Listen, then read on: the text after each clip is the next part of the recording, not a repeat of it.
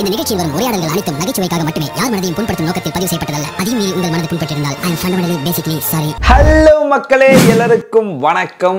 ஆண்டு இந்த வீடியோல அதை பத்தி பார்க்க போறோம்னா, அண்ணாமலை வந்து உங்களை பார்த்து சொல்லியிருக்காரு, செந்தமிழ் சீமா வந்து எந்த கேள்வி கேட்டாலும் எல்லாத்துக்கும் பதில் சொல்றாரு.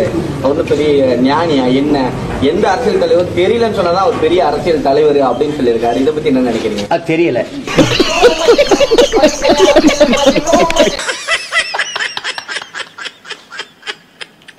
தெரியல. நல்ல பதில். சரிங்க, நம்மளுங்கிட்ட கேட்கலாம். பாண்டா, அரசியல் என்றால் என்ன? அடப்பேயில போவ ஏடா அப்படி அசிங்கமா சொல்லிவிட்ட. உன்கிட்ட கேட்டேன் பத்தியா, என் புத்தியை செருப்பால் அடிக்கணும்டா. நல்ல செருப்பால் இல்ல, பிஞ்ச செருப்பாலே அடிச்சுக்கோ. அடிச்சுக்கோவா? நீ கொஞ்ச நேரம் மூடின்னு உட்காரு. போச்சு, நீ சொல்லு, அரசியல் என்றால் என்ன? சூத்த மூடிட்டு இருக்க மாட்டேயாடா? எதை மூடின்னு இருக்க மாட்டியா? சூத்த மூடிட்டு இருக்க மாட்டேயாடா?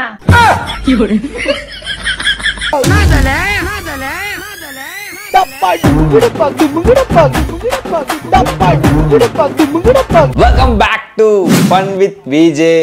ஓகே மக்களே, இந்த வீடியோல எதை பத்தி பார்க்க போறோம்னா, அரசியல் அலப்பறை கிளப்புறோம். விஜே நிரந்தரம். இந்த பாரு பாண்டா, ஓரளவுக்கு தான் பொறுமை. அந்த பொறுமை தாண்டிச்சுன்னு வச்சுக்கோங்க, மூக்குக்குள்ள மிளகா பொடி சொருகி விட்டுருவேன். தேயில போவ. ஓகே மக்களே, இந்த வீடியோ ஜஸ்ட் சிரிப்பதற்காக மட்டுமே, யாரையும் சிந்திப்பதற்காகவும் யாரும் சீரியஸா எடுத்துக்கிறதுக்கும் கிடையாது. ஓகே, டிஸ்க்ளைமரே ஓப்பனிங்ல கொடுத்துட்டு இப்பயும் சொல்லிடுறேன். கொஞ்ச நாளுக்கு முன்னாடி நம்ம ஊர்ல வந்து பாத்தீங்கன்னா எலெக்ஷன் வந்துச்சு இல்லையா? அந்த எலெக்ஷனுக்காக நிறைய பேர் போயிட்டு ஊர் ஊரா பிரச்சாரம் அந்த மைக்கை பிடிச்சிட்டு அந்த கட்சிக்காக ஓட்டுக்கிட்டு பிரச்சாரம் பண்ணிட்டு இருந்தாங்க. ஸோ அந்த டைம்ல பார்த்தீங்கன்னா நிறைய ஃபன்னான விஷயங்கள்லாம் நடந்திருக்கு. அதை தான் வந்து ஒரு கலெக்ஷன் ஆஃப் வீடியோவாக எடுத்து உங்களுக்கு கொடுக்கலான்னு வந்திருக்கேன். சிறப்பான தரமான சம்பவங்களை இனிமேதான் பார்க்க போறோம். அதாவது 19ஆம் தேதி எலெக்ஷன் முடிஞ்சு இல்லையா? அதாவது நம்ம மக்களுடைய மைண்ட்லாம் எப்படி தெரியுமா? அதாவது இந்த கட்சி தான் ஜெயிக்கும் அப்படின்னு சொல்லிட்டு நம்ம ஒரு மைண்ட்ல திங்க் பண்ணி வச்சிருப்போம். ஆனால் பார்த்தா அந்த கட்சி தோத்து போயிடும். வித்தியாசமா பார்த்தீங்கன்னா வேற ஒரு கட்சி ஜெயிச்சிருக்கும். ஸோ இந்த மாதிரி யார் ஜெயிக்க போறாங்க அப்படின்றது எலெக்ஷன் ரிசல்ட் வரும்போது நம்ம பார்த்துக்கலாம். இந்த வீடியோவை பார்த்துட்டு விஜே நீ வந்து அந்த கட்சிக்காரன், நீ வந்து இந்த கட்சிக்காரன் அப்படின்னு யாருமே சொல்லாதீங்க. நான் மதங்களுக்கும் அரசியலுக்கும் அப்பாற்பட்டவன். ஓகேவா? Just a human being. நான் ஒரு நார்மலான மனுஷன், அவ்வளவுதான். ஓகே, சரி. ஓகே மக்களே, இன்னைக்கு வீடியோக்குள்ள போகிறதுக்கு முன்னாடி ஒரு 3 அல்ட்ரா பர்ஃபார்மன்ஸ் கொடுக்க போறேன். இந்த பர்ஃபார்மன்ஸை பார்த்ததுக்கு அப்புறம் தான் அல்ட்ராவா இல்லை சீ அப்படின்றீங்களா என்னன்னு தெரியல. ஓகே, நம்ம அரசியல் வீடியோன்றதுனால ஒரு 3 அரசியல் தலைவர்களுடைய வாய்ஸ் நான் வந்து பேச போறேன். ஸோ நான் பேசுறதுலேயே யாரோட வாய்ஸ் வந்து கரெக்டாக மேட்ச் ஆகுது, நல்லா இருந்துச்சு அப்படின்னு சொல்லிட்டு மறக்காம இன்னைக்கு கமெண்ட்ல நீங்க சொல்லிருங்க. ஆரம்பிக்கலாமா? முடிச்சிடலாமா? ஃபர்ஸ்ட் முத்தமிழ் அறிஞர் கலைஞருடைய வாய்ஸ். ஓகே. தமிழர்களே, டீக்கியலை கடலில் தூக்கி போட்டாலும் கட்டுமரவாகத்தான் மிதப்பேன், கவிழ்ந்து விட மாட்டேன். டீக்கியல் அதிலேறி பயணம் செய்யலாம். திராவிட முன்னேற்ற கழகத்திற்கு உங்களுடைய ஆதரவும் அன்பும் தருமாறு தாழ்மையுடன் கேட்டுக்கொள்கிறேன். நன்றி, வணக்கம். இப்படின்னு தான் நம்ம கலைஞர் ஐயா பேசியிருப்பாரு. சரி, 2வது புரட்சி தலைவர் எம்ஜிஆர். ரொம்ப கொண்ட பெரியவர்களை, பிற மதிப்புக்குரிய தாய்மார்களை, ரத்தத்தின் ரத்தமான உடன்பிறப்புகளை, எல்லாரும் எப்படி இருக்கீங்க? அனைத்து இந்திய அண்ணா திராவிட முன்னேற்ற கழகத்தின் சார்பாக போட்டி இருந்த எல்லாருக்குமே உங்களுடைய ஆதரவை கொடுங்க. எல்லாரையும் ஜெயிக்க வைங்க. மக்கள் எல்லாம் நல்லா இருக்கணும். குறிப்பாக பெண்கள் இந்த நாட்டில் நல்லா இருக்கணும். அதுதான் ரொம்ப முக்கியம். வரத்தா அப்படின்னு சொல்லி தான் நம்ம எம்ஜிஆர் ஐயா இருந்தால் பேசியிருப்பாரு. 3வது புரட்சி தலைவி அம்மா வாய்ஸ்.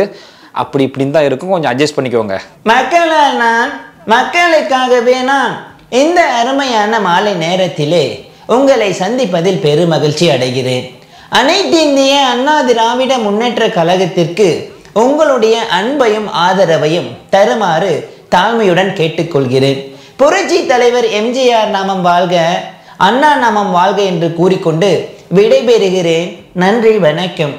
இப்படின்னு தான் ஜெயலலிதா அம்மா பேசியிருப்பாங்க. இந்த வாய்ஸ்லாம் அப்படி இப்படி தான் இருக்கும், கொஞ்சம் அட்ஜஸ்ட் பண்ணிக்கோங்க. உனக்கு என்னப்பா, நீ பைத்தியம், நீ என்ன வேணாலும் பேசலாம். பாண்டா, நானாச்சும் ஏதோ ட்ரை பண்ணி பேசினேன். நீ பாட்டுங்க வாயை மூடி போய் உட்காந்துட்டு சும்மா பைத்தியக்காரதுன்னு கலாய்ச்சிட்டு இருக்க. நீ முடிஞ்ச ஒரு வாய்ஸ் பேசுடா பார்க்கலாம். எல்லாத்துக்கும் வணக்கம். என்னடா அரசியல், என்னடா பணம்? உயிரோடு இருக்கும் போது தான்டா பணம், செத்ததுக்கு அப்புறம் எல்லாருமே பணம்டா. இருக்கிற வரைக்கும் சந்தோஷமா வாழ்ந்துட்டு போங்க. பணம் இருக்கிறவன் இல்லாதவனுக்கு உதவிட்டு போங்க. செத்ததுக்கு அப்புறம் பணமும் கூட வராது, உன் உடம்பும் கூட வராது. இருக்கிற வரைக்கும் 4 பேருக்கு உதவிட்டு போங்க. நான் இன்னும் 4 வருஷம் உயிரோடு இருந்திருந்தா 4 கோடி மக்களை வாழ வச்சிருப்பேன். ஏன் சார் சார்பா நீங்க ஒரு 4 பேரை வாழ வைங்க, அதுவே போதும். வரட்டுமா? டேய் பாண்டா, சூப்பர்ரா, சூப்பர். கண்டிப்பாக பாண்டாவுக்கு எல்லாருமே ஒரு டைம் வந்து கிளாப் கொடுத்துருங்க. ஓகே மக்களே, இன்னைக்கு வீடியோக்குள்ள போகலாம் வாங்க. வரக்கூடாத இடத்துக்கு வந்து மாட்டீங்க. நான் எங்கடா வந்தேன்? நீ தான்டா என்ன கூட்டின்னு வந்த. நான் எப்படிப்பட்ட ஒண்ணு உனக்கு தெரியாது. ஏதோ பழனிசாமி சிரிச்சிட்டு இருக்க நினைக்காதப்பா. கடந்த கால வரலாற்றை புரட்டி பார்த்து பேசி பழகு. சசிகலா காலில் எப்படி பூந்து போனான் பாத்தீங்களா? இந்த மாதிரி ஒரு பெஞ்சு, இந்த மாதிரி பெஞ்சுமா, அந்த பெஞ்சு 2 காலுக்கு நடுவுல தலையை விட்டு தாவி போறான். அந்த திண்டுக்கல் சீனிவாசன் ஒரு மந்திரி 2 காலையும் தூக்கிட்டான், நம்ம காலை கடிச்சிட போறான்னு. பூந்து உள்ள போய் அந்த பொம்பளை காலை பிடிச்சி அதுல இருக்கிற அழுக்கெல்லாம் நக்கி எடுத்துட்டாங்க. அது சட்டையை பிடிச்சி தூக்கி படவா ஏந்து நின்றா. எப்பா இந்த ஆளுக்கு வந்து ரீசெண்டா நான் வந்து ஃபேனாவே மாறிட்டேன்.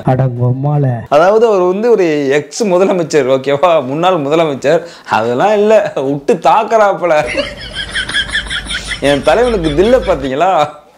சரி, அடுத்த ஒரு வீடியோ பார்க்கலாம்.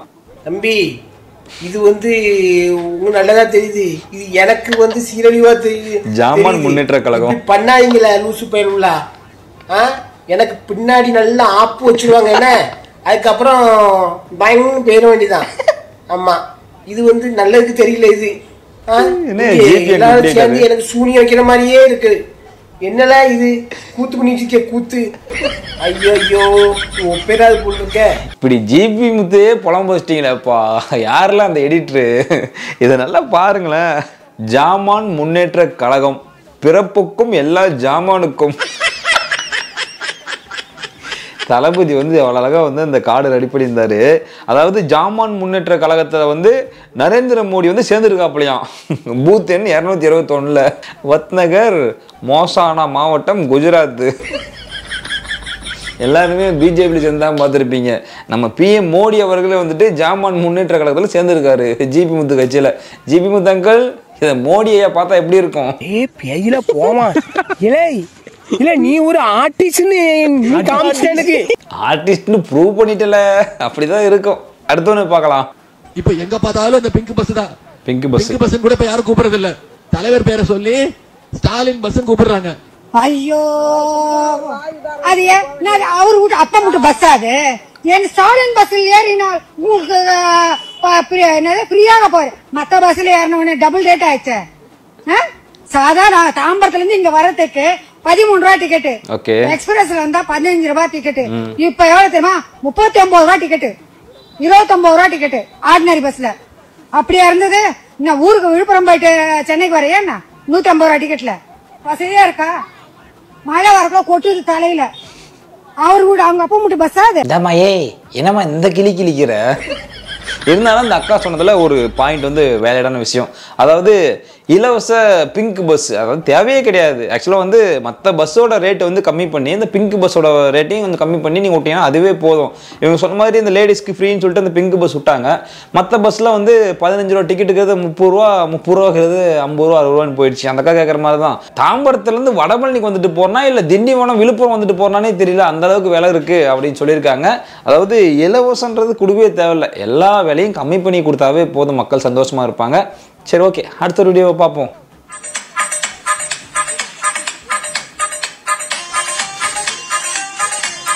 புரட்சி தளபதி ஓட்டு போடுறதுக்காக விஷால் வந்து சைக்கிளில் போயிட்டு இருக்காப்புல.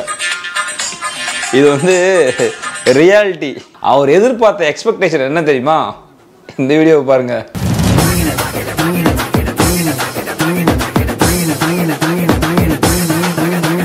இப்படி நம்ம இளைய தளபதி வந்த மாதிரி ஒரு கூட்டம் நம்மளை சுற்றி வந்துட்டே இருப்பாங்க. ஒரு 10 கேமரா, ஒரு 50 மொபைல் கேமரா அப்படின்னு சொல்லிட்டு சுற்றி நம்மளை வீடியோ எடுத்துகிட்டே வருவாங்க அப்படின்ற ஒரு எக்ஸ்பெக்டேஷனில் வந்தாரா என்னன்னு தெரியல. சுற்றி ஒரு பையன் இல்லை. ஏண்டா இருந்தாலும் விஷாலன் ஒரு ஆக்டர் தான்டா, ஏழை யாருமே கூட போல. தெரிஞ்சிருந்தா நானாச்சும் என் கேமரா எடுத்துட்டு கூடயே போயிருந்திருப்பேன். மனுஷன் இப்படி சைக்கிளில் தனியாக போனது கூட ஃபீல் பண்ணியிருக்க மாட்டாரடா. விஷால் வீடியோவும் விஜய் வீடியோவும் போட்டு நீங்கள் மீம்ஸ் போட்டீங்க பார்த்தியா? இதை பார்த்துட்டு தாண்டா மனுஷன் வந்து வேதனைப்பட்டிருப்பாரு. ஏண்டா பாவக்காவாயா, அந்த மீம்ஸ் எடுத்து நீயும் ட்ரோல் பண்ணிட்டு இருக்கியே, அதை பார்த்து விஷால் என்ன கஷ்டப்பட மாட்டாரா? சரி சரி, ஓகே ஓகே, நம்ம அடுத்த ஒரு வீடியோவை பார்க்கலாம். பிரஸ் எல்லாம் இருக்கிறீங்க, இன்னைக்கு பயனர்ல ஒரு மூலம் அப்படி தேடி பார்க்கறேன். தேடி பார்க்கறாரு. எங்கயாவது கடந்த பாராளுமன்ற உறுப்பினர் வெங்கடேசன் அவர்கள் யாரே வெங்கடேசன் அவர்கள் செஞ்ச திட்டம் கண்ணுல படுதா அப்படின்னு பைனாக்குலர் மூலம் பாத்துக்கிட்டு இருக்கிறேன். முன்னாள் அமைச்சர் பண்ண தூரத்துல பாலம் எல்லாம் தெரியுது. ரைட்டு. இந்த பாலம் எல்லாம் 30-40 வருஷம் ஆயிருச்சு இந்த பாலம் கட்டி. அது தெரியுது. அதுக்கு வெள்ளை அடிச்சு ஒருவேளை அதுக்கு கல்வெட்டு வச்சுட்டாரான்னு ஒரு சந்தேகம். ஓ என்ன தேடுறாரு? திரும்ப பாக்குறாப்புல. அப்படி ஒரு திட்டத்தை செய்யல இன்னும் பாத்தோம்னா ரொம்ப தொலை தூரத்துல பார்த்தோம்னா தூரமா பாக்குறாப்புல. அமைச்சர் உதயநிதி தெரியுறாரு. உதயநிதி தெரியுறாப்புல. கையில ஒரே ஒரு செங்கல் வச்சுக்கிட்டே இருக்காரு. ஒரே செங்கல் வச்சு நிக்கிறாரு. செங்கல் சிலபஸ் மாத்தவே இல்ல. 5 வருஷமா ஒரே கல் வச்சுக்கிட்டு இருக்காரு. அவர் கை வலிக்க போகுதுன்னு நினைக்கிறேன். அண்ணே அவங்கெல்லாம் கலாய்க்கிறது இருக்கட்டும். அதுக்கு முன்னாடி நீங்க கலாய்க்க பயன்படுத்துகிற அந்த பைனாகுலரை நீங்க வந்து கரெக்டா யூஸ் பண்ணுங்க. பைனாகுலர் மூடியே ஓபன் பண்ணல. ஆனா வந்து தொலைதூரத்தில் இருக்கிற உதயநிதி என்ன ஒரு செங்கல் கையில் வச்சு நிக்கிறது உங்களுக்கு தெரியுது. முன்னாள் அமைச்சர் பண்ண அந்த திட்டங்கள் எதுவுமே வந்து அதாவது திட்டங்கள்லாம் அறகுறையா இருக்கின்றது தெரியுது. 7 கிரகம் உச்சம் பெற்ற ஒருவர் பைனாகுலர் மூடியை திறந்துட்டும் பார்க்கலாம் திறக்காமலும் பார்க்கலாம். என்ன ஜோக் பண்ணிட்டு இருக்கீங்க எல்லாருமே. சரி இப்ப அடுத்த ஒரு வீடியோ பார்க்கலாம்.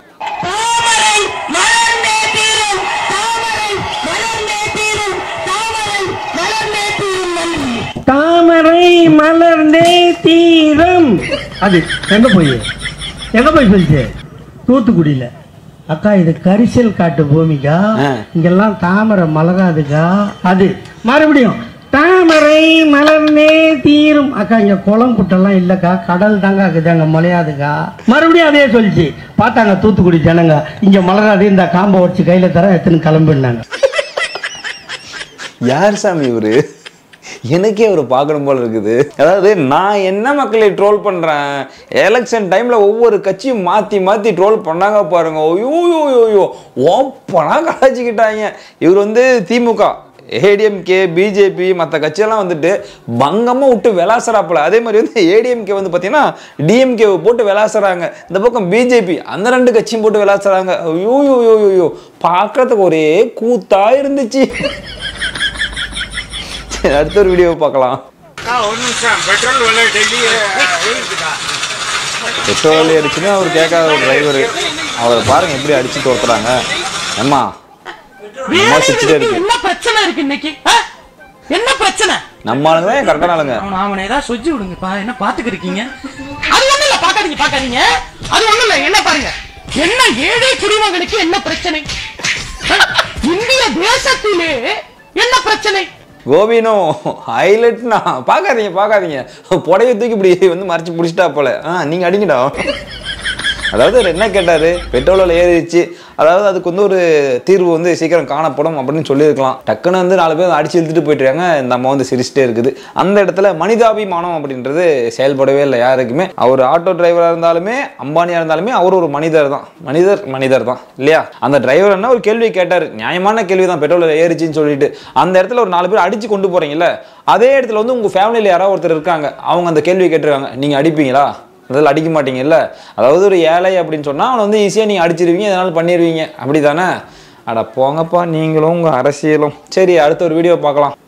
எல்லாவற்றுக்கும் மேலே எங்களுடைய அண்ணன் விஜய் பார்த்தீங்கன்னா இப்போ நேற்று ஒரு பாட்டு வந்திருக்கு பார்த்தீங்களா இல்லையா? ரைட்டு. என்ன படம்? இந்த கோட் படத்துல ஒரு பாட்டை வந்து முதல் ஃபர்ஸ்ட் சிங்கிள் சொல்லுவாங்க இல்லையா, முதல் சிங்கிள் வெளியிட்டு இருக்கிறாரு. நீங்க நல்லா கவனிச்சு பாருங்க. இவ்வளவு நாள் இடைவெளி விட்டு எலெக்ஷனுக்கு 2 நாள் தான் இருக்கு. இப்ப அறிவிச்சிருக்கிறாரு. அது 10 கோடி 5 கோடி தாண்டி பிச்சுக்கிட்டு போய்கிட்டு இருக்கு. இந்த போஸ்டர்ல சிம்பாலிக்காக அடையாளப்படுத்திருக்கிறாங்க விஜய் அவர்கள் இந்த ஒளி வாங்கி சின்னத்தை. அதுவும் எங்க சின்னம் என்ன சைஸ் இருக்கோ அதே சின்னத்தை போட்டு அதை பதிவு செஞ்சிருக்கிறாரு. அந்த பாட்டிலையும் கூட சொல்லியிருக்கிறாரு, கேம்பெயினை தொடங்கட்டுமா மைக்க கையில் எடுக்கட்டுமான்னு சொல்லியிருக்கிறாரு. அந்த வகையில் அண்ணன் விஜய் சொல்லிவிட்டார், மைக்கை கையில் எடுக்க சொல்லிவிட்டார். எனவே விஜய் ரசிகர்கள் இந்த தேர்தலில் ஒளி வாங்கிற்கு வாக்களிப்பார்கள். அதாவது தலைவரே உங்ககிட்ட ஒரு சின்ன கருத்து. அதாவது நம்ம சீமான் அண்ணனுக்கு ஏற்கனவே வந்து இளைஞர்கள் மக்கள்லாம் சப்போர்ட் இருக்கு, அது ஒரு பக்கம் இருக்கட்டும். எதுக்கு நம்ம இப்படி எக்ஸ்ட்ரா ஃபிட்டிங்கா வந்து இதெல்லாம் போடணும்? ஆக்சுவலா வந்து மைக் சின்னம் கொடுக்கறதுக்கு முன்னாடி இந்த பாட்டில் வந்து ஷூட் பண்ணிட்டாங்க. அதை தாண்டி விஜய் அண்ணனும் அரசியலுக்கு வர அப்படின்லாம் சொல்லிட்டாப்போல.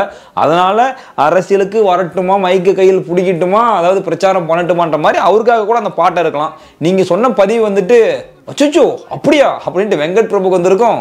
என்னப்பா இது அப்படின்ட்டு தளபதிக்கும் ஷாக்காக தான் இருந்திருக்கும். ஏதோ ஒன்று வர்றது அப்படி நம்ம இழுத்து போடலாம் அப்படின்னு சொல்லி போட்டுருக்கீங்க.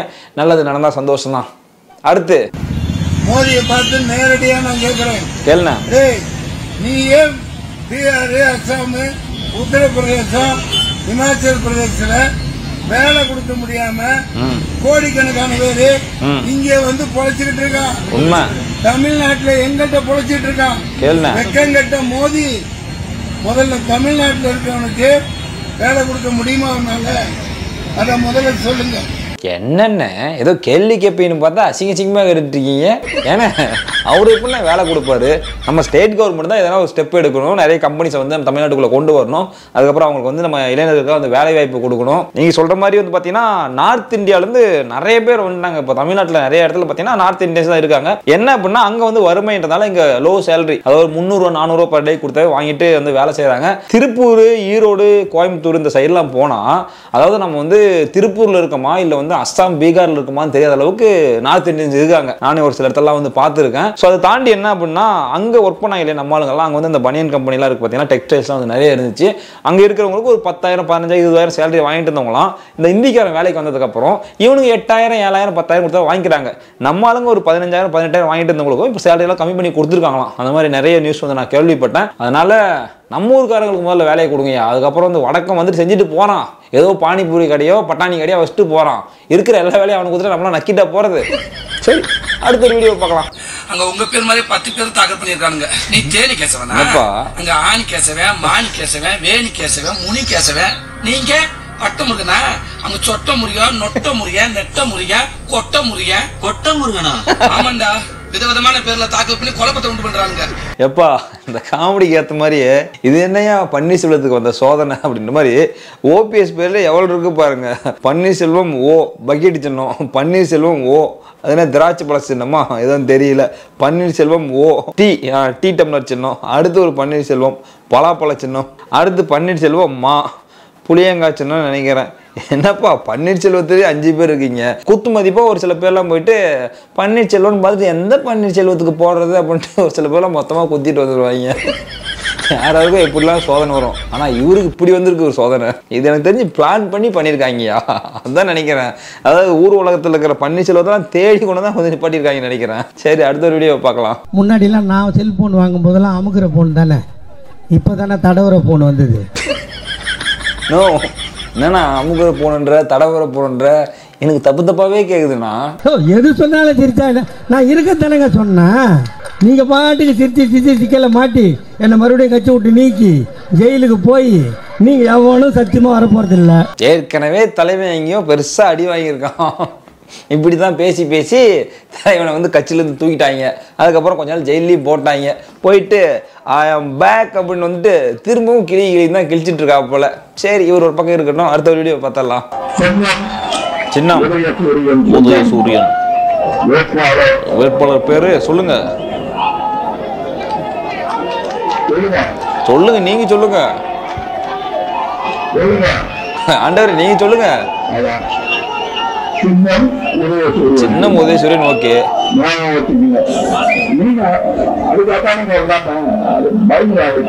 எப்படி சமாளிக்கிறாரு பாருங்களேன் ஆண்டவரே. நன்றி நன்றி. அதாவது ஆண்டவர் வந்து கட்சி ஆரம்பிக்கும் போது நான் எந்த கட்சி கூட கூட்டணி வைக்க மாட்டேன் அப்படின்னு சொல்லிட்டு இருந்தாரு. 2 எலெக்ஷன் அடி வாங்கினாப்புல. இப்போ திடீர்னு நம்ம மக்கள் நீதி மையம் திராவிட முன்னேற்ற கழகத்துடன் கூட்டணி வச்சிருக்கு. 6 வேட்பாளர் தெரியும் இல்லை, ஆனால் அவருக்கு தெரியாது. ஆனால் சின்ன மட்டும் உதயசூரியன். அதாவது இந்த விஷயத்துல சீமான் அவர் வந்து பாராட்டலாம். எனக்கு தெரிஞ்சு அப்போ இருந்து இப்போ வரைக்கும் எந்த கட்சி கூடயும் கூட்டணி கிடையாது, எல்லாத்துலேயும் தனியாக நிப்பாட்டுறாங்க ஆட்களை அப்படின்னு நிப்பாட்டுறாப்புல. எனக்கு தெரிஞ்சு தளபதி, சீமான் இந்த மாதிரியான புதுமுகங்கள் வந்துட்டு ஒரு மாற்றம் கொடுத்தா நல்லா இருக்கும். சரி, மாற்றம் வருதோ இல்லையோ நம்ம அடுத்த ஒரு வீடியோவை பார்ப்போம். இந்த முறை தேர்தல் எந்த மாதிரி பாஜகவிற்கு இருக்கும்? 3வது முறை பிரதமர் மோடி பதவியேற்பாரா? எனக்கு தெரிஞ்சு பிரதமரா அவர் மட்டும் தான் அறிவிச்சிருக்காங்க, வேற யாரும் அறிவிக்கல. ஸோ எனக்கு தெரிஞ்சு அவர் தான் பிரதமர். மக்களை சந்திச்சீங்க, என்ன மனநிலையில இருக்கிறாங்க? மாற்றத்தை எதிர்பார்க்கறாங்க. மாற்றம்னா அப்ப இந்தியா கூட்டணி வரும்னு நினைக்கிறீங்களா?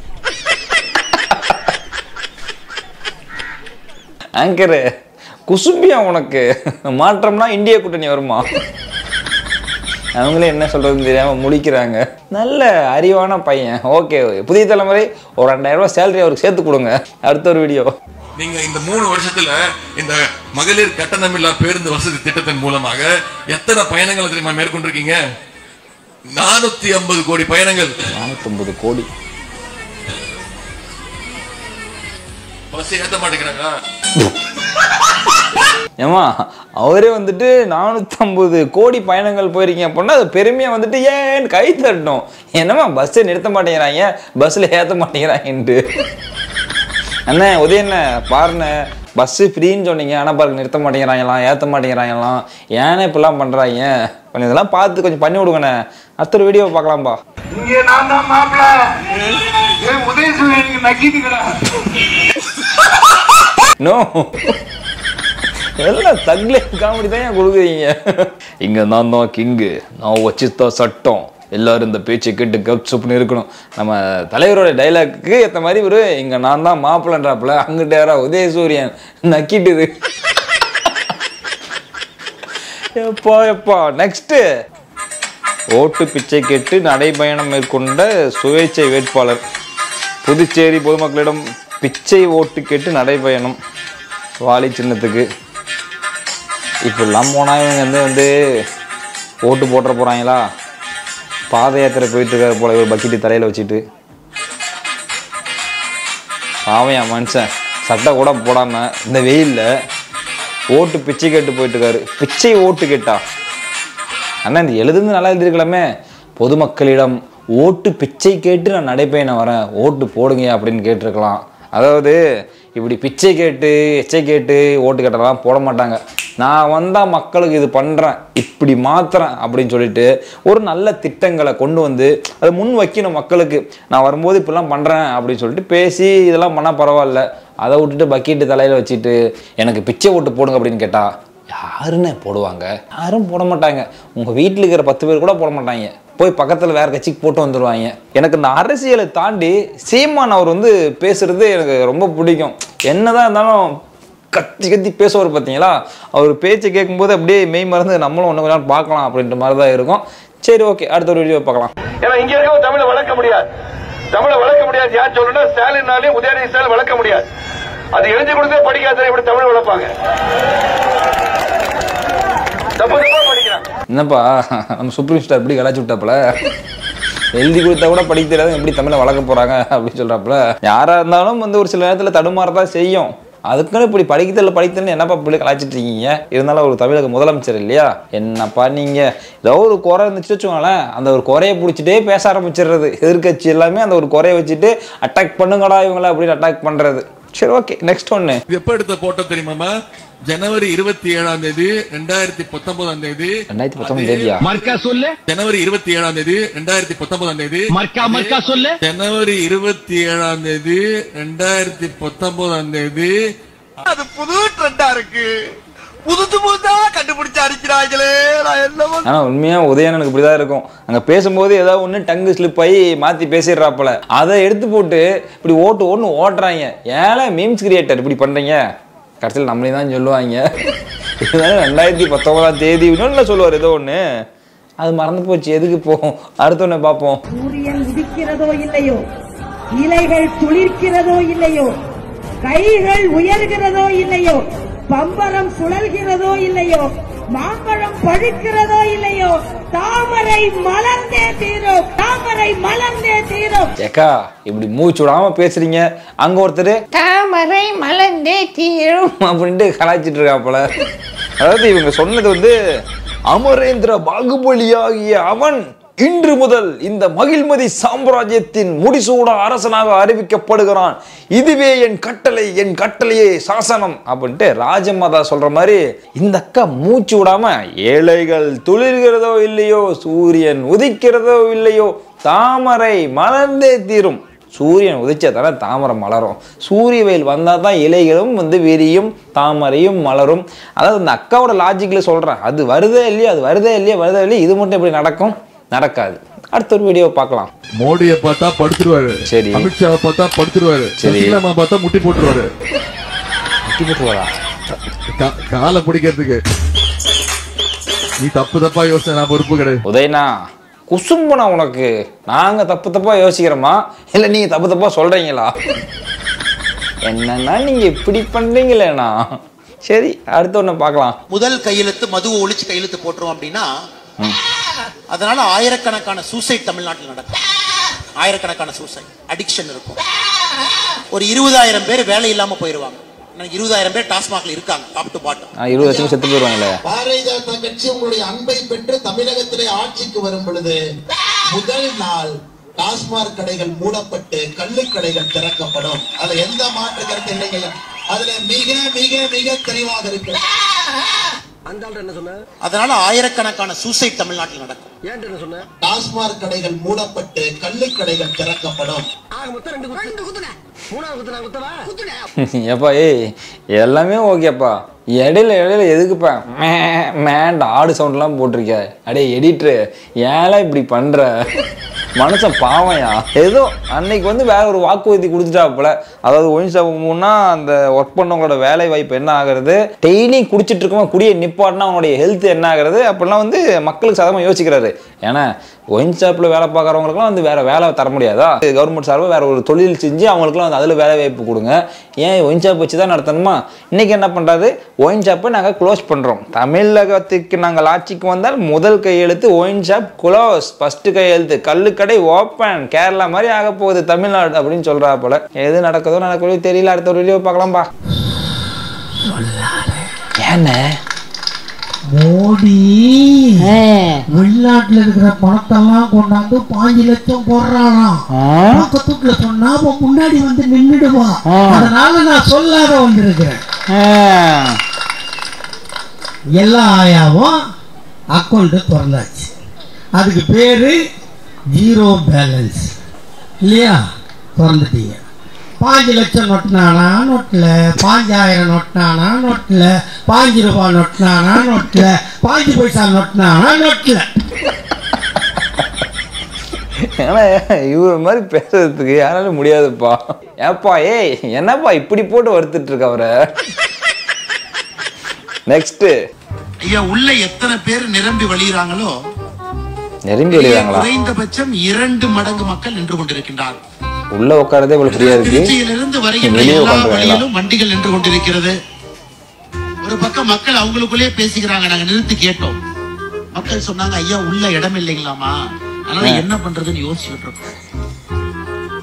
இதை போன்று ஒரு மாநாடு நம்முடைய திருச்சி பகுதி பக்கத்துல முழுவதுமாக சுற்றி இருக்கக்கூடிய 100 கிலோமீட்டர் பகுதியிலிருந்து, குறிப்பாக கிராமப்புறத்திலிருந்து பாரிவேந்தர் ஐயாவின் மீது இருக்கக்கூடிய அன்புக்காக இந்திய ஜனநாயக கட்சி நன்றாக இருக்க வேண்டும் என்கின்ற ஒரு எண்ணத்தின் அடிப்படையில் மக்கள் வந்திருக்கின்றீர்கள் என்றால் நிச்சயமாக ஜனநாயகம் நன்றாக இருக்கிறது என்ற அர்த்தம். சகோதர சகோதரி, எனக்கு ஒரு டவுட்டு. ஆக்சுவலாக நான் ஸ்டார்டிங் இந்த வீடியோ பார்க்கும்போது எடிட்டிங் நினச்சேன். கடைசியில் பார்த்தா அந்த வீடியோவில் பார்த்தீங்கன்னா அந்த எல்இடி ஸ்க்ரீன் வச்சுருப்பாங்கல்ல, அதில் நம்ம ஸ்டேஜில் அண்ணாமலை அண்ணா பேசுறது வந்து அந்த ஸ்க்ரீனில் வந்து போட்டிருக்காங்க. ஒரு 1000 சீட்டில் ஒரு 50 சீட்டோ 100 சீட்டோ எம்டியாக இருந்தால் அது பிரச்சனை கிடையாது. 1000 சீட்டில் 5 சீட்டு 10 சீட்டு தான் ஃபுல்லாக இருக்குது, ஃபுல்லாகவே காலியாக இருக்குது. இருந்தாலும் அது எவ்வளோ பெருமையாக சொல்லிட்டு இருக்காரு பார்த்தியா? வெளியே டபுள் மடங்கு கூட்டம் இருக்குது, வர்ற வழியில் வண்டி நிற்கிறதுக்கு இடமே இல்லை. திருச்சி சைடில் இப்படி ஒரு மீட்டிங்கை பார்த்துக்கவே முடியாதுன்ட்டு. அண்ணா ஸ்டேஜ் மேலே தான் இருக்கீங்க, இப்படி எட்டி பார்த்தாவே தெரியும் என்னடா ஒரு பயிலையும் காணோம் அப்படின்ட்டு. எதுக்குன்னா நமக்கு இப்படி ஒரு எக்ஸ்ட்ரா பில்டப்பு. நல்லா இருக்குண்ணா குங்க யுக்தி. அடுத்து ஒன்று போடுப்பா. அத தாமரை பூக்காது பூக்காது. எங்க கலைஞர் தாத்தா சூரியன் வந்து அது மேல குத்துனா அது தாமரை பூ. குத்துணுமா? இல்லன்னா அது அப்படியே தான் இருக்கும். உண்மையா இல்லையா? எங்க தாத்தா சூரியன் வந்து அதை டச் பண்ணணும். இன்னொன்னு என்ன, ரெட்டை இலை 5 நாள் மழை பெய்யுதுன்னு வச்சுக்க, சூரியனே வரல, சரி இலை சுருண்டுக்கும். இன்னொன்னு இருக்கு, மாங்காய் பழம் பூ விட்டுடுச்சு, சூரியன் வரல, 6 நாள் மழை பெய்யுது, பூவெல்லாம் கீழே கொட்டுமா பிஞ்சு விடுமா? அப்போ மாங்காய் வரணும்னா நம்மால் வந்து கொத்தணும். எதுவுமே இந்த நாட்டில் இயங்கணும்னா இது எல்லாத்துக்கும் சூரியன் தான் ஓணும். எல்லாத்துக்கும் சூரியன் மட்டும் வந்தா எல்லாம் சரியா போயிருமா? இப்போ எல்லாருமே சூரியனை திட்டிட்டு தான் இருக்காங்க. அடிக்கிற வெயிலுக்கு ஒரு மனுஷன் வெளியே போக முடியல. ஏய் சூரியனே, நீ உன் கோவத்தை சரி உன் சூட்டை குறைச்சிக்கோ அப்படின்னு திட்டிட்டு இருக்காங்க. அப்போ எல்லாருமே உங்கள் கட்சிக்காரர் திட்டுற மாதிரியா? அதாவது சூரியன் தேவைதான், பட் இருந்தாலும் சூரியன் மட்டுமே இருந்தால் உயிரினங்கள்லாம் வந்துடாது. ஸோ இரவு பகல் மாறி மாறி வரணும். சூரியன் வருதுன்னா நிலாவும் வரணும். நம்ம நிலாவுன்னு ஒரு கட்சி ஆரம்பிக்கலாமா? எதுக்கு நமக்கு கொம்பு? நம்ம இருக்கிற தெரியாமல் இருந்துட்டு போயிடுவோம். அடுத்தொன்று என்ன செஞ்சேன்னு இந்த பல்லு பழனிசாமி கேட்டுக்கிட்டே இருக்கிறான். பல்லு பழனிசாமியா? 100 கிலோ அரிசி மூட்டைக்கு தலை வச்ச மாதிரியே இருக்க மத்திய ஆளு தோத்தும் கலங்கவே இல்லை, கம்முன்னு. எங்கால பாரு 62 கிலோ எடை, கொஞ்சோண்டு செதை, கொஞ்சோண்டு எலும்பு, கொஞ்சோண்டு ரத்தம். ஆனா 1 கிலோ மூளை எங்க அண்ணன் தளபதி கிட்ட. அளவா துண்ணா அளவா அறுவை வேலை செய்யும், அதிகமா துண்ணா உடம்பு வீங்கும், புத்தி வேலை செய்யாது. எல்லாமே ஓகேப்பா. பல்லு பழனிசாமி. இப்போ நான் கூட இப்படி ரைமிங் பேச மாட்டேன். அப்புறம் என்ன அரிசி முட்டி தலையை வச்ச மாதிரி முன்னாள் முதலமைச்சரியா, கொஞ்சமாச்சும் மரியாதை கூடியா. என்னையே இப்படி பண்ற நீ? போயாங்கட்டு. அடுத்த வீடியோ பார்க்கலாம்பா. வாரிசு அரசியல், வாரிசு அரசியல். தாத்தா அப்பா புள்ள. ஏண்டா ஆண்மை இருக்குது, புள்ள பிறகுது, உங்களுக்கு எங்கடா நோவுது? ஆண்மை இல்லைன்னா ஆஸ்பத்திரிக்கு போங்கடா. எங்களை பார்த்து அடி வயிற்றுல கை வைக்காத. சரி, உனக்கு இல்லைன்றதுக்காக நாங்க வந்து இது ஹெல்ப் பண்ற வேலையா இது? இல்ல ஹெல்ப் பண்ண முடியுமா இது? ஏதாவது கூறு இருக்குதா பாருமா நீங்களே. யோ என்ன இதை கொண்டு போயிட்டு ஸ்டேஜ் எல்லாம் பேசிட்டு இருக்க? எப்பா இன்னும் எவ்வளவு எக்ஸ்ட்ரீமெல்லாம் போறாங்கன்னு தெரியல. சரி, அடுத்த ஒண்ணு பார்க்கலாம்.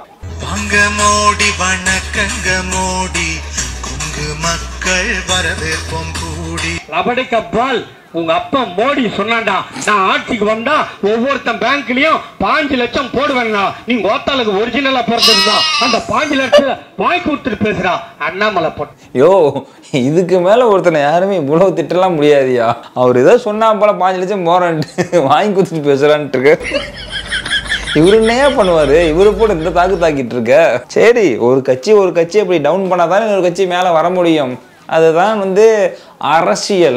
நெக்ஸ்ட், விவசாயி சோத்துல கால் வச்சாதான் நம்மளால விவசாயி சேத்துல கால் வச்சாதான் நம்மளால சோத்துல கால் வைக்க முடியும். கை வைக்கும். விவசாயி சோத்துல கால் வச்சாதான் நம்மளால விவசாயி சேத்துல கால் வச்சாதான் நம்மளால சோத்துல கால் வைக்க முடியும். கை வைக்கும். அண்ணே, நம்ம முதல்ல பேசுறதுக்கு முன்னாடி என்ன பேச போறோம் அப்படின்றது முதல்ல நல்லா வந்து மனப்பாடம் பண்ணிக்கணும். ஒரு விவசாயி சேத்துல காலை வச்சாதான் நம்மெல்லாம் சோத்துல கையை வைக்க முடியும் இப்படின்ட்டு சீமான் அந்த மாதிரி கொஞ்சம் அப்படி எனர்ஜெட்டிக்கா கொஞ்சம் புஜிட்டிக்கா பேசினதான் மக்கள்லாம் நம்புவாங்க. விவசாயி சோத்துல காலை இது கையை வச்சா என்னன்னு இப்படி உளறிட்டு இருக்க? போனேன் நானே நல்லா பேசுறேன், நீங்க வேற இப்படி. சரி, நான் அடுத்த டே வரும்போது நல்லா பிராக்டிஸ் பண்ணிட்டு வானேன்.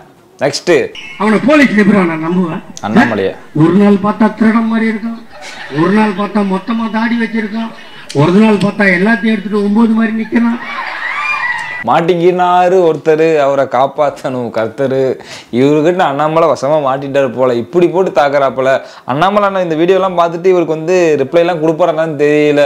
ஆனா வந்து இவரு தாக்கிட்டு இருக்காப்புல. அடுத்த ஒன்று பார்க்கலாம்பா. ஹைதராபாத்தில் மசூதிக்கு அம்பு விட்ட பாஜக வேட்பாளர். ஓ,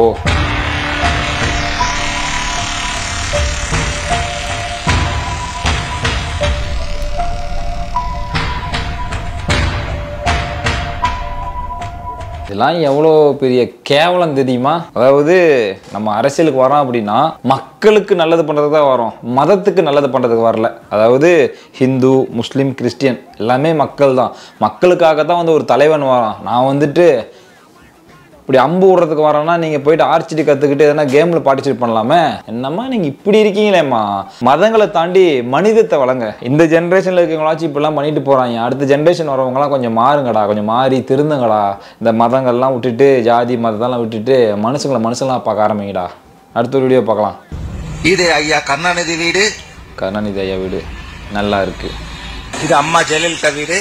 வா, எவ்வளோ பெரிய வீடு. இது சின்னம்மா சசிகலா வீடு. இது விஜயகாந்த் சார் வீடு. ஓகே, ராமாபுரம். அப்புறம் இது வந்து எம்ஜிஆர் ஐயா வீடு, தலைவர் எம்ஜிஆர் வீடு. எல்லாத்துக்கும் ஓட்டு போட மக்கள் வீடு. அப்புறம் இதெல்லாம் வந்து காலங்காலமா அவங்களுக்கே ஓட்டு போட்டுட்டு இருக்கக்கூடிய கூமுட்ட மக்களோட வீடு. ஜாதி ஜாதி ஜாதி ஜாதியை பார்க்காதே, எதையாவது சாதிக்க பாரு. மண்புழு பத்தி படிடா. மனித வாழ்க்கைக்கு எவ்வளவு பயன்படுது, இந்த மதம் ஜாதி என்ன மைக்கு பயன்படுதுன்னு ஒரு தடவை பாடுறா. நல்லா கேளுங்க, ஒரு தடவை பாடுறா. இந்த மரம் உனக்கு எவ்வளவு பயன்படுது, உன் மதம் என்ன பயன்படுது சொல்றா. மேடம் இறங்கி போறேன், ஒரு தடவை சொல்றேன். சொல்லுங்க. இந்த மரம் உனக்கு மழையை பெற்று தருது, இந்த மரம் உனக்கு மூச்சு காற்றை தருது, மரம் என்ன மைக்கலா தருது. இதைத்தான் நானும் கேட்குறேன். ஒரு மரம் பார்த்தீங்கன்னா நம்ம சுவாசிக்கிறதுக்கு, நம்ம உயிர் வாழ்றதுக்கு தேவையான ஆக்சிஜனை கொடுக்குது. அதுலேருந்து எதனா பழங்கள் வந்துச்சுன்னா நம்ம சாப்பிட்றதுக்கு, பசியாடுறதுக்கு ஒரு பழங்களை கொடுக்குது. மதம் என்ன மயத்தை கொடுக்குது. இப்படி தான் நானும் கேட்பேன். அதாவது நம்மளே வந்து கடவுளை வந்து பிரித்து வச்சுக்கிட்டோம், இந்த கடவுள் அப்படின்னு சொல்லிட்டு. எந்த கடவுள்னா இப்போ வந்து உயிரோட வந்து உங்கள் கண்ணு முன்னாடி நின்றுட்டு நான் தான்ப்பா அந்த கடவுள், நல்லா இருக்கியாப்பா அப்படின்னு யார்கிட்ட கேட்டிருக்கா? அப்படிலாம் கிடையாது. இருந்தாலும் நம்ம வந்து மதத்தால் பிரிஞ்சுட்டு நம்ம அடிச்சுக்கிட்டு சண்டை போட்டுட்டு இருக்கோம். ஸோ இந்த பக்கம் அரசியல் பண்ணுறவங்க அதை வச்சுட்டு அரசியல் பண்ணிட்டு தான் இருக்காங்க. ஓகே, நமக்குள்ள தான் வந்து இந்த மதங்கள், ஜாதி மதம்லாம் இருக்குது. பாண்டா, உங்களுக்கு இந்த ஜாதி மதம்லாம் இருக்கா பாண்டா? பாஸ், எங்களுக்கு ஜாதியும் கிடையாது, மதமும் கிடையாது, ஒரு மயிரும் கிடையாது. நாங்கள் பாட்டுக்கு எங்கேயோ ஒரு இடத்துல பிறப்போம், எங்கேயோ ஒரு இடத்துல வளருவோம். உங்ககிட்ட இருக்க மாதிரி எங்ககிட்ட பேங்க்கில் காசு போடுறதுக்கு பேங்க் அக்கௌண்ட்டும் கிடையாது, காசுக்கு முக்கியத்துவமும் கிடையாது. நாளைக்கு எங்களுக்கு என்ன இருக்குன்னு கூட தெரியாது. இன்றைக்கி வயிற்றுக்கு ஒன்று கிடைக்குதா அதை சாப்பிட்டு நாங்கள் ஓடிட்டே இருப்போம். நாங்கள் 10 வருஷத்துக்கு 10 தலைமுறைக்கு நாங்கள் சேர்த்து வைக்க போகிறதும் கிடையாது. எங்களுக்கு அந்த தேவை மயிரும் கிடையாது. நீங்கள் தான் பாஸ் இப்படி பணம் பணம் பணம்ட்டு எல்லாருமே அலைஞ்சிட்ருக்கீங்க. கேட்டுக்கோங்க, நல்லா கேட்டுக்கோங்க. அதாவது மனுஷனுக்கு மனுஷன் தான் உதவி பண்ணுவான். இப்போது இந்த மதங்களை வச்சுட்டு கடவுளை வச்சுட்டு எல்லாம் பண்ணுறாங்க இல்லையா, அவங்ககிட்ட ஒன்று கேட்டுக்கிறேன். இப்போ ஒரு மதத்தில் இப்போ இந்துவிலே வச்சுக்கோங்க. இப்போ யாரோ ஒருத்தருக்கு வந்து பயங்கரம் உடம்பு சரியில்லை, இந்துல ஒரு சாமியார் வச்சுக்கோங்க, ஒரு பெரிய சாமியார். அவருக்கு வந்து பார்த்தீங்கன்னா நெஞ்சு வலி. உடனே அந்த கோயிலுக்கு கொண்டு போயிட்டு கடவுள் முன்னாடி போட்டுறாங்களா, கடவுளை அவரை காப்பாற்று பண்ணிட்டு தூக்கணும் ஹாஸ்பிட்டலுக்கு அப்படின்னு சொல்லிட்டு ஹாஸ்பிட்டல் தானே கொண்டு போகிறாங்க. அங்கே டாக்டர் தானே காப்பாற்றுறாரு. அப்போ யார் கடவுள்? அந்த இடத்துல டாக்டர் தான் காப்பாற்றுறாரு, அவர் தான் கடவுள். அதாவது கண்ணுக்கு மூடி தெரிகிற கடவுளை நம்ம விட்டுட்டு கண்ணுக்கு இது வரைக்கும் தெரியாத கடவுளை வந்து நம்ம வந்து வேண்டிட்டு இருக்கோம். ஸோ கடவுள் அப்படின்றது யார் அப்படின்னா, பாண்டா யார் பாண்டா கடவுள்? பாஸ், எங்களுக்கெல்லாம் கடவுள் யார் தெரியுமா? நிலம், நீர், காற்று, நெருப்பு, ஆகாயம், இந்த பஞ்சபூதம் தான் பாஸ் எங்களுக்கு கடவுள். இது 5 இல்லைனா நாங்கள் மட்டும் இல்லை, நீங்களும் உயிர் வாழ முடியாது. போதுண்டா, இவனுக்கெல்லாம் எவ்வளோ சொன்னாலுமே புரியாது. அதாவது நம்ம உயிர் வாழ்கிறதுக்கு முக்கிய காரணிகள் என்ன? இந்த இயற்கை தான். இந்த இயற்கை தான் எனக்கு தெரிஞ்சு கடவுள். ஸோ புரிஞ்சவங்க புரிஞ்சுக்கோங்க, புரியாதவங்க போயிட்டீங்கன்னா போய் செவத்துல முட்டிக்கோங்க. சரி, ஓகே மக்களே, இப்போதைக்கு இந்த வீடியோவை நான் முடிச்சுக்கிறேன். இந்த வீடியோ முழுக்க சிரிப்பதற்காக மட்டுமே. ஸோ இந்த வீடியோக்கு லைக் பண்ணி, கமெண்ட் பண்ணி, ஷேர் பண்ணுறேங்க. ஓகே, இதே மாதிரி ஒரு வீடியோ உங்களை சந்திக்கும் வரை உங்களிடம் இந்த விடைபெறுவது இட்ஸ் மீ விஜே. பாய்.